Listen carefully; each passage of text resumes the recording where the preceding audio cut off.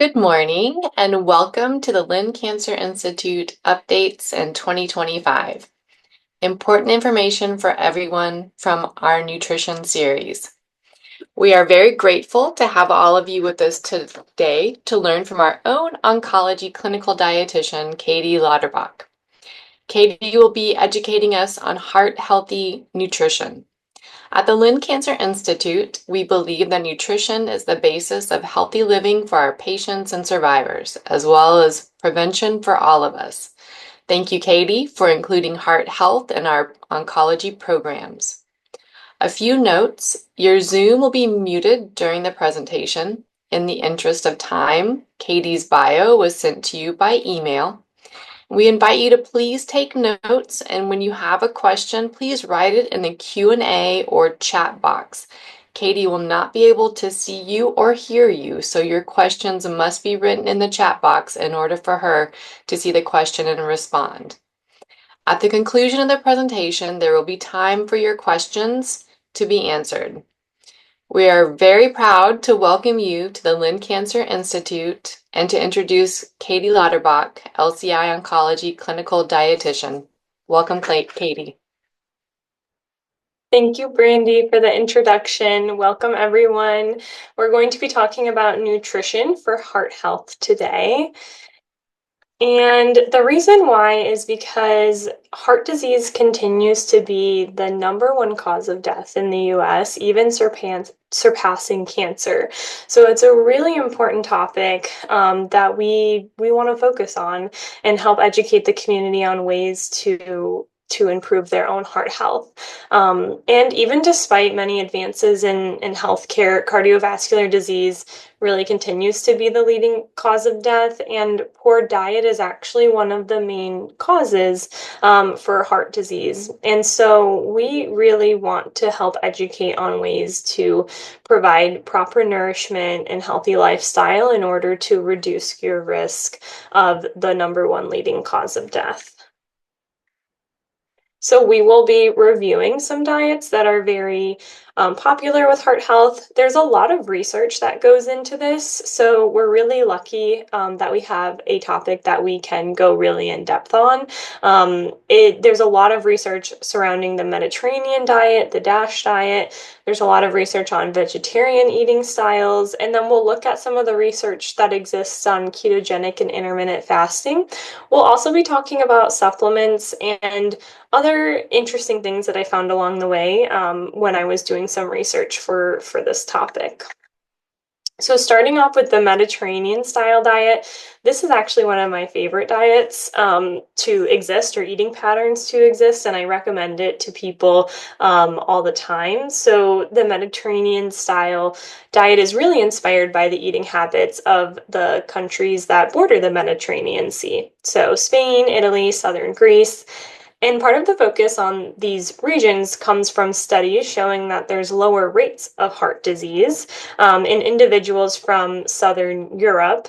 And there's lower rates of heart disease with those people compared to not only the US, but even compared to Northern Europe. So it's something that they're doing in the Mediterranean Sea that is helpful for heart health. And when the research really looks into it, we see that these countries have a higher consumption of olive oil, fruit, vegetables, fish, and they tend to have lower consumption of meats, animal fats in comparison to those other populations that I mentioned. And so these populations not only focus on those nutritional qualities, but they also tend to have active lifestyles that are more active than that of the US and even of Northern Europe, who tend to be more sedentary. So lots of components going into the reason why the Mediterranean style of living is helpful, but the diet in particular is something to look at. So the diet itself is very rich in whole grains, leafy green vegetables, fruits, legumes, nuts, herbs, spices. Extra virgin olive oil is a huge highlight of this diet. And it also seems to have minimal amounts of those processed meats like we were talking about. So red meat, processed meats like bacon, lunch meats, those kinds of things. The diet does still include good sources of protein, like I mentioned, the legumes, the nuts. They also encourage fish intake, poultry intake. They do encourage moderate alcohol consumption. Wine is something that is included on this diet.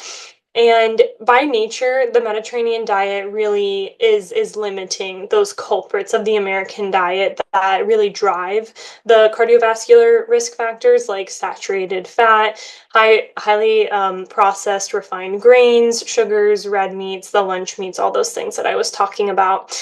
So the Mediterranean diet differs from other eating patterns mainly with the emphasis on that olive oil, the extra virgin olive oil, the nuts, the fish. That's what I find to be something that sticks out as being very different than other diets that are just regular healthy eating patterns. So I think that's super interesting. There's something in that fat content and that unsaturated fat content that's really helpful for the heart. Um, the Mediterranean diet is really because of all those healthy fats, it's going to inherently provide antioxidants, reduce inflammation, especially in that vascular wall. It's going to alter the gut microbiome in a good way. That's going to feed our gut microbiome a lot of good fibers with all the vegetables and the whole grains, the legumes. So we find that when we see people on the Mediterranean diet, they can decrease their bad cholesterol, their total cholesterol. They even see an increase in their good cholesterol. And again, it's that combination of the whole grains, the fats, and the limiting those other refined processed foods and red meats. So, studies done on the Mediterranean diet, including the Lion Diet Heart Study, found that there was a 70% reduction in recurrence of heart attacks and greater than 50% reduction in mortality when people adhered to that Mediterranean style diet. And this was a study that looked over a 4-year period. So, pretty great percentages, pretty great outcomes just from following a diet pattern, which is really great. This is another look at the Mediterranean diet. This is looking at it as a pyramid. A lot of people are familiar with the pyramid structure that we recommend in the US. Now it's turned to a plate that we look at, but the pyramid is still a good way to look at the overall composition of the diet. So the bottom showing you the majority of the diet, and then as we get towards the top, that's less and less of what we have on that diet. So notice that the vegetable servings are a minimum of 6 per day. Fruits are a minimum of 3 times per day. Again, that olive oil, it's a minimum of 3 servings per day. Whole grains, 3 servings per day. We're having nuts and seeds and dairy every day. So it's something that is very interesting to me because I think I see a lot of people sometimes try to avoid dairy and thinking of it as kind of a food that might not be as healthy for us, but the right kinds of dairy with no added sugars that might be lower in certain fats could actually be a good part of the diet, and it provides a lot of protein and calcium for us and vitamin D. So it's definitely a food group that we don't want to exclude, especially when we see that people who follow these kinds of eating patterns have better outcomes. So, just for reference too, on the amount of vegetables, I think this is always something that I find I need to address with people is total vegetable and fruit intake. No matter who I talk to, everyone can stand to improve their intake of fruits and vegetables. It's just something that's hard to do. Our society doesn't necessarily lend itself towards a high volume of fruits and vegetables intake in a day. So it's not necessarily our fault, so to speak, but it is something that I think we need to pay attention to. On average, when you look at numbers, Americans eat an average of 1.5 cups of vegetables per day. So we're definitely not eating as much as this Mediterranean style pattern. And the most popular vegetables eaten in the US are potatoes and tomatoes. That's been a statistic that's been around for a while, and it continues to be true.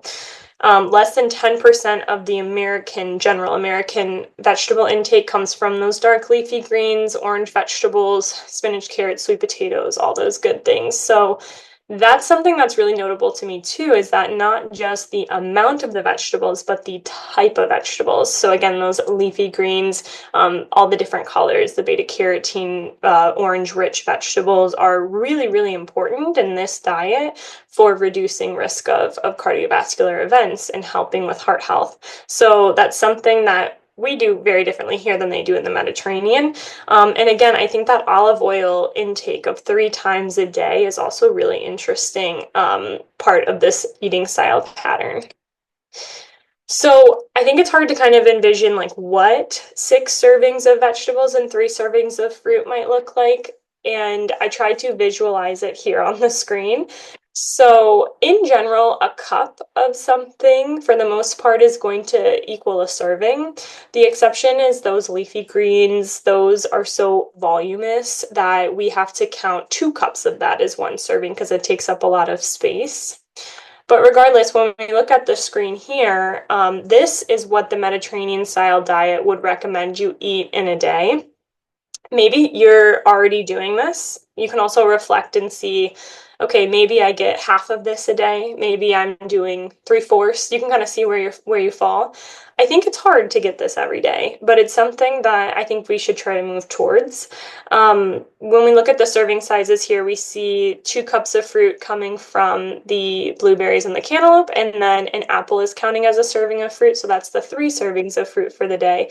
And then for the vegetables, we have a little salad making up 1 serving. We have a cup of cherry tomatoes, cucumbers, snap peas, that's making up another 3. Then we have the cooked kale making up another cup, and the celery making up another serving. So that's how we would get 6 servings a day. A lot of times I'll tell people too, another way to think about it is if you're eating a 3 meal a day meal pattern, you really need to get fruits and vegetables with each meal in order to meet this minimum intake. Maybe even adding them in as a snack. If you're making sure that you're getting a fruit or a vegetable with each meal and with each snack, you're going to be way more likely to meet this minimum intake than if you were to maybe skip that serving of fruit or vegetable at a meal. The DASH diet is another diet that I want to talk about that has a lot of research behind it. And the DASH diet stands for Dietary Approaches to Stop Hypertension. This was really a diet that was kind of created based off of the Mediterranean diet, and then researchers and experts with the National Heart, Lung, and Blood Institute, which is part of the NIH, basically said this diet, based on research and based on what we know about the Mediterranean style diet, is very helpful for people with heart disease. The difference here is that the main difference that I find is that they really focus on sodium intake.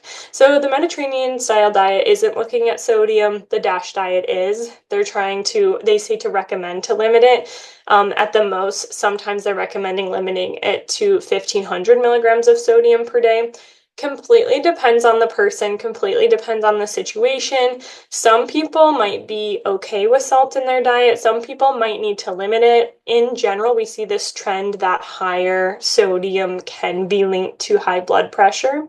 There's definitely a genetic component there, but it's something that in general we can say as a blanket statement, it's best to try to minimize some of that sodium in the diet. The majority of the sodium in your diet is going to really come from processed foods.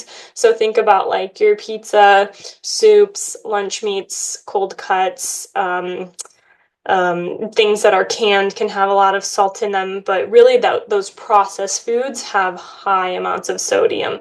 You aren't going to get a lot of sodium if you're just sprinkling it on top of your food. That does not tend to be a large portion of people's sodium intake. It mostly comes from the processed foods. So that's where I would focus your attention if you're trying to reduce your sodium intake.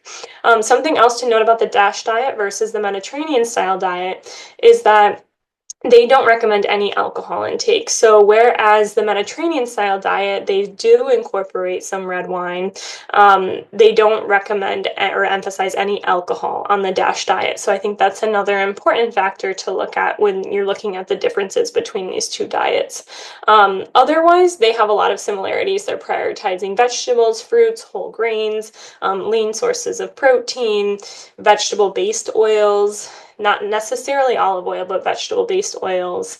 But both diets have a lot of research that basically show it can reduce risk of heart disease, stroke, and chronic illness. So either one would be a good way to go. There is some research on the vegetarian diet or plant-based diet as well. So when we think about a vegetarian or a vegan or a plant-based diet, it's important to kind of define what that is. So these studies mostly looked at plant-based diets, which means that the majority of what you're eating is coming from plants versus animal products, which is kind of similar to the Mediterranean style diet and the DASH diet in some ways, although these are considering completely removing any poultry or fish, so eggs, dairy, and all that. So that's something to keep in mind when we look at these studies. But in general, they find that a healthy plant-based diet can be associated and help with lowering cardiovascular risk. I think that it's important to also look at the type of vegetarian or plant-based diet that you have. So you could have a plant-based diet that, for lunch you could have potato chips and you could have an Impossible burger or a fake meat burger. And technically that's going to be like a vegetarian style meal, but that's not really the vegetarian or the plant-based meals that are shown in these studies. If you are going to do more of the plant-based route, you're going to want to do minimally processed and more whole food versions of these foods. And it's important to note that these diets can fall short in certain nutrients because we're excluding certain food groups. So it can fall short in nutrients like calcium, B12, vitamin D, zinc, iron, omega-3s. It doesn't mean that you're going to be deficient in these things. It just means that you have to be more aware of that when you're choosing your meals. You either have to be very careful with what foods you're pairing with your meals, and or you might need to supplement. Supplement is also a great way to make sure you're meeting these nutritional needs. So just to be aware that this diet could have those deficiencies that you could be prone to. In general, when they look at that healthy vegan vegetarian style of eating, it's similar to what's shown on this screen. So for instance, this screen shows a smoothie in the morning with some vegetables, oats, nuts for protein. It shows a latte made with soy milk, which has protein in it, and then some fruit. Lunch is going to be lentils, complemented with quinoa to make sure they have all the amino acids for adequate protein intake, and then a bunch of roasted vegetables and olive oil, a snack being some whole grain with avocado and hummus, and dinner being a Asian style stir fry with tofu, rice, and a bunch of vegetables. So if you were going to do a plant-based pattern of eating, this is the kind that I would suggest, which also is very similar to the Mediterranean style and DASH style diet. So that's the plant-based diet. There is also a lot of research or maybe like the media attention more so with the ketogenic diet lately. And that's interesting because the ketogenic or the keto diet is really, characterized by that very low carbohydrate intake. It's really a high fat diet. Some people get it confused with the Atkins diet, which is actually a more of a high protein diet. The ketogenic diet is classically going to be 90% fat, 6% protein, 4% carbs, and it was originally designed for seizure interventions, and it is very effective for that. However, it's something that is very hard to implement, and also the studies aren't conclusive on it being helpful for heart disease. So, in fact, not only is it not conclusive, but there are some studies showing that people who do the ketogenic diet actually have a dramatic increase in their cholesterol, specifically their bad cholesterol, which is the LDL cholesterol. And that's probably due to the nature of it being so high fat. You can, of course, you can try to prioritize the plant-based fats and the healthier fats, but of course, some of this diet will have to be composed of those animal fats, and that is what probably leads to that raising of cholesterol. In addition to the fact that these are very, very low fiber diets, so they really don't have a lot of vegetables or whole grains or beans or any of those things in in them, because those are carbs and those have fiber in them. And so it's just really not what I would recommend for someone whose goal is heart health. If their goal was seizure reduction, then that would make sense to me based on where the literature lies. But in terms of heart health, we just don't have the research to endorse this. I will say one benefit that they found cardiovascular wise with the ketogenic diet is that people who do the keto diet end up having improved triglyceride levels. And that's related to the carbohydrate intake. Usually, the triglyceride portion of when we look at our fat panels is related to carbohydrate intake. So there is that one improvement, but it's very dangerous to be on a diet that's going to increase our cholesterol and increase our bad cholesterol.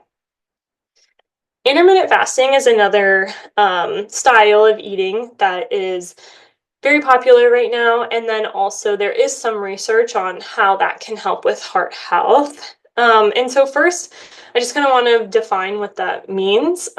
There's two kind of forms of intermittent fasting. There's an alternate day fasting, and then there's a time restricted eating window type of fasting, meaning that you would only be eating for a certain period of time during the day, anywhere between 6 to 10 hours.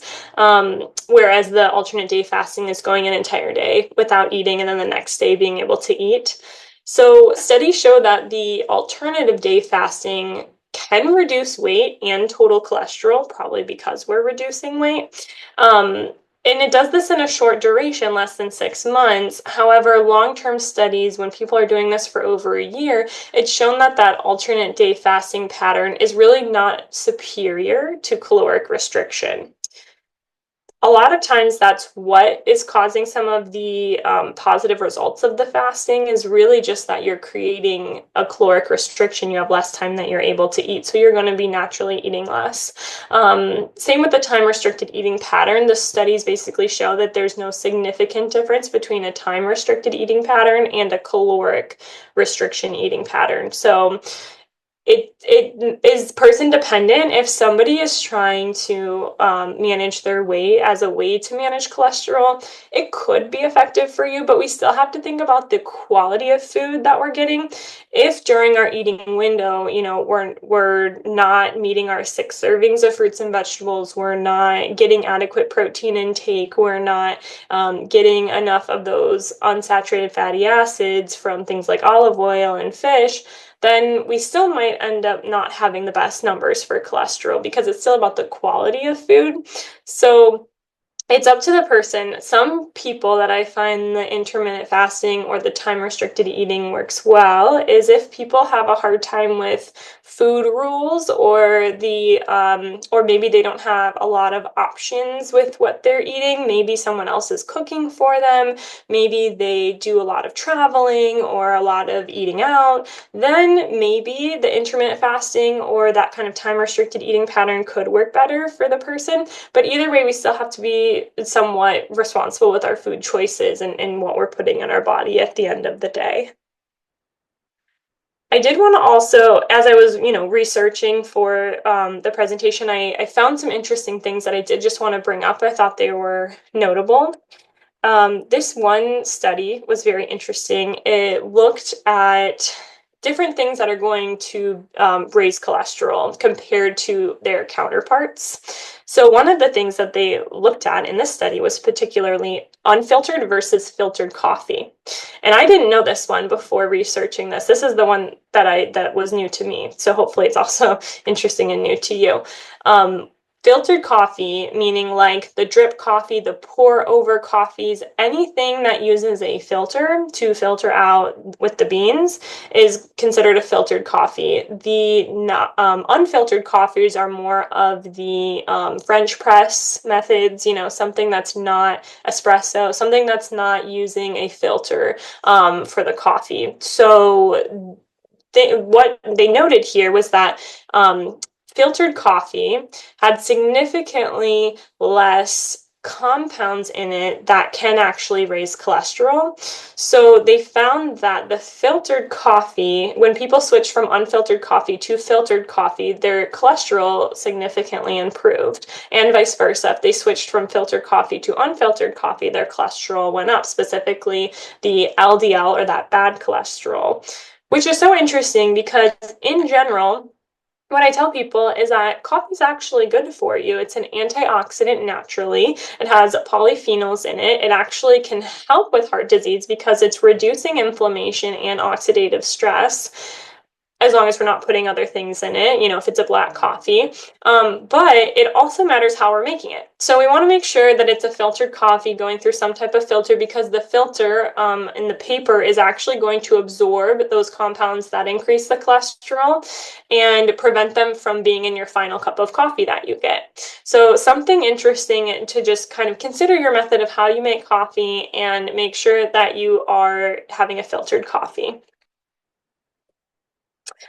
Supplements is something that people ask me about all the time, and I put it intentionally towards the end of the presentation because I think we really do need to focus on our overall intake of food first. If we are trying to improve our cholesterol levels or our just heart health in general, we want to start with the diet because that is going to be the most impactful, change that you can make. The volume of the food that we have compared to supplements is even just bigger. So it's important to start with diet first. And then if we're following a good diet pattern that's been shown to help with cardiovascular risk, then I would start to look at supplements and say, okay, how else can we further optimize this here? And the three that I chose to highlight would be pretty much appropriate with most people. There's definitely other options, but these three would be good for most people to consider if they have cardiovascular disease or risk of. So the first one is CoQ10. You might have heard of it. It stands for coenzyme Q10. So it's a naturally occurring antioxidant found in actually every cell of the body. It plays a role in energy production within our mitochondria cells, which are, it's just a very small, it's a thing inside of our cells that produces energy. So know that it's in all of our cells, and it's particularly important and concentrated in our heart, our muscles, and our brain. So because it's particularly concentrated in the heart, we actually find that it is related to heart health. And so research actually shows that CoQ10 supplementation of 100 to 200 milligrams per day may actually help reduce statin-induced muscle pain, which is one of the most common side effects of statins. And it's recommended, I highly recommend anyone on a statin to be taking CoQ10 with it, because the statin is going to actually deplete your CoQ10 levels. So it's important to be taking CoQ10 with your statin if you're on a statin. And even if you're not on a statin, the studies show that supplementing with CoQ10 actually can help. They did studies with people with heart failure, and they found that there was 31% reduction in mortality, and those people were also able to exercise better and have a higher exercise capacity, which makes sense, right? This is an antioxidant concentrated in the muscles, the brain, the heart, so it makes sense. So if you're on a statin, we should take this. Even if you have any cardiovascular risk, this might be something that's helpful to take. Fish oil is the next one that I also love to recommend people take all the time. Most of us aren't eating enough fish to get the recommended intake, and even if we are eating fish a couple times a week, there's so many studies showing the importance of these anti-inflammatory compounds that are in fish oil, the omega-3s, and it's important for inflammation, brain health. It can help with managing our triglyceride levels. And again, that's really due to that omega-3 content. Within the fish oil, you'll also notice they list levels for something called EPA and DHA, and that's really important. We want to make sure that we're looking at those dosages and that they add up to 1 to 4 grams per day, or they might be listed in milligrams. So then you would want to make sure it adds up to at least 1,000 to 4,000 milligrams per day. And so what studies have found is that when you take at least 1 gram of DHA EPA combined, and those higher amounts are shown to significantly decrease triglyceride levels. And since it's a heart healthy fat, it also can improve your HDL levels. So that's the good cholesterol. So it can help with decreasing triglycerides and it can increase our good cholesterol. So win-win on both of those fronts. Not to mention all of the other benefits like our brain health. Psyllium husk is another one that I like to recommend. So psyllium husk is a soluble fiber. This helps lower total and bad cholesterol, the LDL cholesterol, just by nature of being a fiber. Again, we want to make sure the diet is high naturally in soluble fiber and insoluble fiber, but this psyllium husk, adding it, if we still need further reduction in our cholesterol, we could look at adding the psyllium husk as kind of a medicinal fiber, so to speak. 10 grams a day is what it's been studied at to be most effective, so consumption of the 10 grams of psyllium husk per day lowered serum total cholesterol by 4% and LDL, which is the bad cholesterol, by 7%.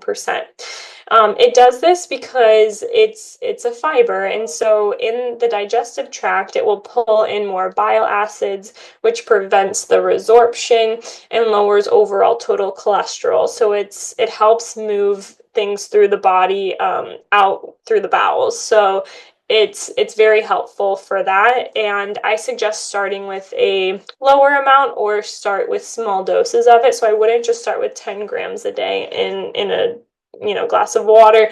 What I would do is I would split it up into small dosages, maybe even start with half of it. It can have like a bloating distension side effect because it is a soluble fiber. So I would try maybe like 2 grams with each meal and work your way up as appropriate, and manage it with your bowel movements. Remember to drink a lot of water with it because it is a soluble fiber.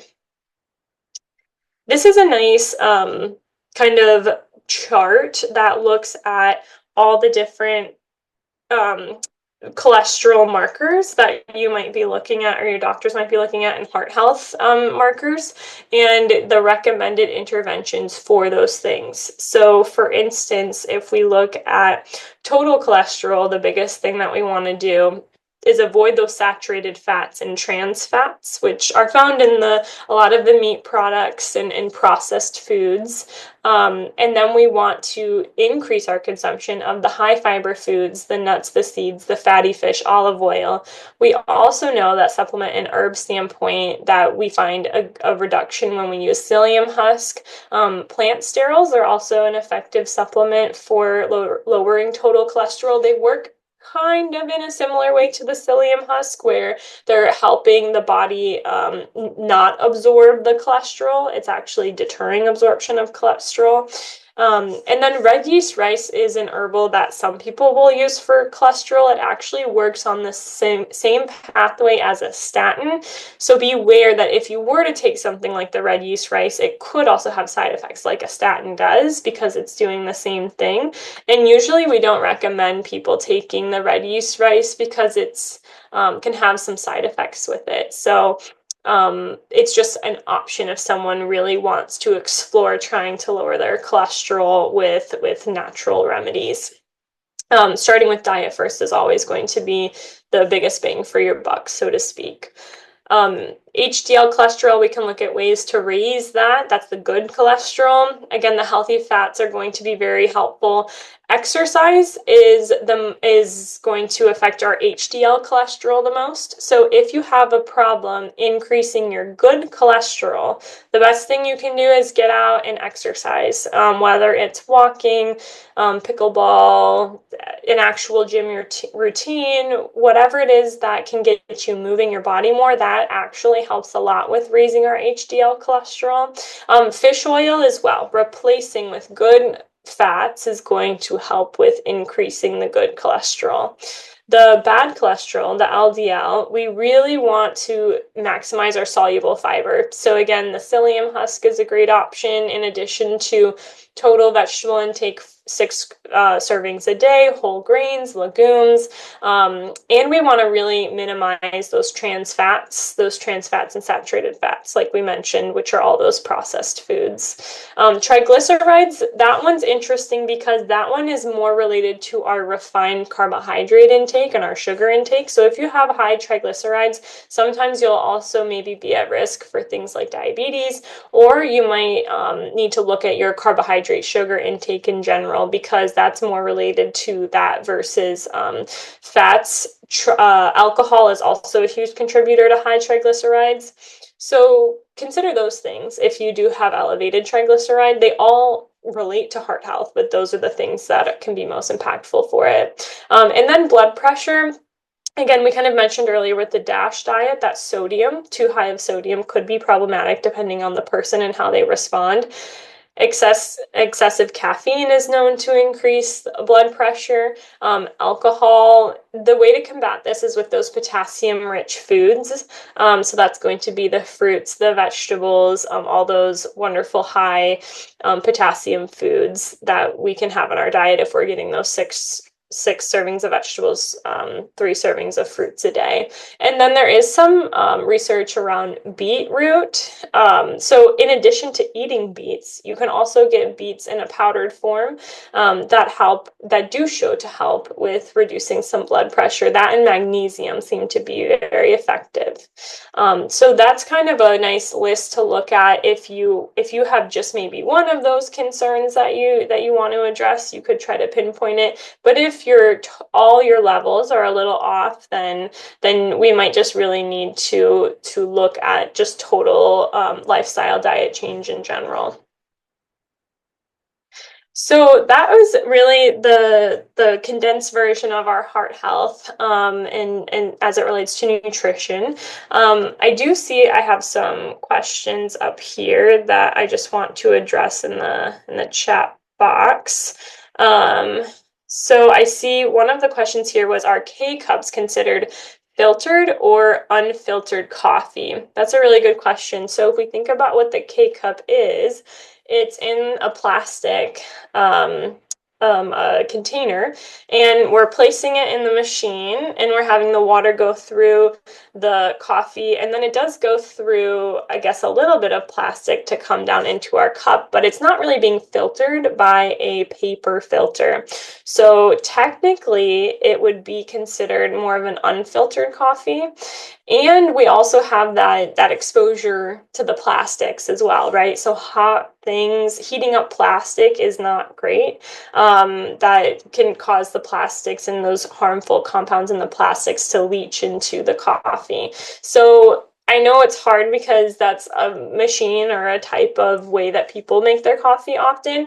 It could be worth looking into options like a pour over coffee that does utilize some type of paper filter for it to go through and for the hot water to slowly go through the coffee. And that would be one of the healthier forms of coffee to have, especially if we're concerned about heart health. That, and of course, not adding too many extra sugars and all those things to it. Let's see if we have any other questions here. Okay. Another question is the Mediterranean diet an anti-inflammatory diet? It's a very good question. So yes, absolutely. In general, the Mediterranean diet, I was talking about it in the context of heart health, but it really is a diet that is most effective for a lot of different chronic diseases, and it's because it's so anti-inflammatory. The parts that make it anti-inflammatory are all of the fruits, the vegetables that contain the antioxidants, the unsaturated fatty acids, like all that olive oil is very anti-inflammatory. The fish, so all that salmon, sardines, are all very anti-inflammatory. So yes, it could be a good diet to do even if you were looking to just reduce inflammation. reduce your risk of dementia. There's studies on the Mediterranean diet with that, reducing your risk of cancer. The Mediterranean style diet has a lot of research with cancer as well. So it's definitely a good option to just start doing the Mediterranean diet and know that you're going to be reducing your risk of all those chronic diseases. Um, any other questions that are out there, I would love to answer. I know when there was another talk recently about heart health, and people had a lot of food questions. So happy to answer those if you guys have any other specific questions related to food and cardiovascular risk, or even with inflammation, or if it's supplements, I'm happy to address those. If anyone has any. And if not, you also are able to contact me. You can either shoot me an email or you can call me. I have my contact information listed on the screen. And then, of course, if you're a patient here, you can utilize our programs with the individual counseling, and we also have our cooking classes, and we do a lecture like this every month. So if you don't have questions here, maybe you'll have questions or want to tune into the next lecture as well. Okay, I don't see any more questions. So with that, I'm going to end the session, but thank you so much for joining. We really appreciate everyone's time, and we're happy to provide information to everyone as it relates to health. So have a great day, everyone. Take care, and thanks for joining.